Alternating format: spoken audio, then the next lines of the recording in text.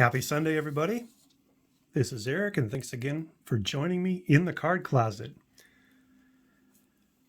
Going to do a quick video tonight on Lefty Grove. I picked up these two batter-up cards of Lefty Grove's this past week, and they just arrived in the mail yesterday.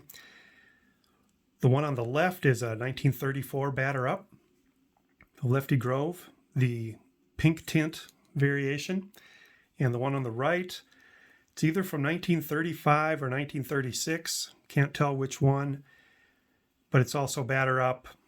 And as you can see, it's the darker black variation on that one. So you can tell what season the batter ups are by their card number.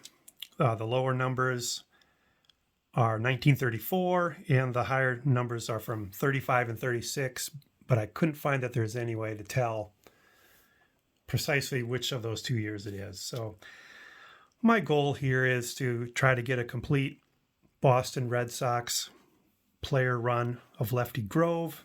I have 2 more to go, and then when I get there, I'll show you the whole career run of his with the Red Sox. Looking for a 1938 and a 1940. Those are the 2 years I'm missing. But Lefty Grove, I think, is just a fascinating story. He very, very successful, 300-game winner. Did it in only 17 seasons. And something you might not know, Lefty Grove didn't get to the major leagues until he was 25 years old. From 1920 until 1924, he played for the Baltimore Orioles, who were a minor league team at that time. And because there was no minor league draft, the Orioles or any minor league team could hold on to their players until they were offered what they thought was fair compensation by a major league team to buy the player away from them. So the Orioles stuck to their guns and kept him on their team. And he didn't make the majors then until 1925 at the age of 25. But in those 5 years with the Baltimore Orioles in the minor leagues, he won 111 games over those 5 years, and he owns the all-time minor league strikeout record of 1,108 strikeouts. So he was obviously major league ready 3 or 4 years prior to when he actually made his debut. And you just can only wonder how many more wins and strikeouts and lower ERA that would have added to his career major league totals had he gotten those seasons in the majors instead of the minors. But for what it's worth, he never showed any displeasure in that. He really enjoyed his years with the Orioles. He ended up leading the league in strikeouts his first 7 seasons in the American League. 7 consecutive. His .680 winning percentage is the highest of all the 300-game winners that we've had.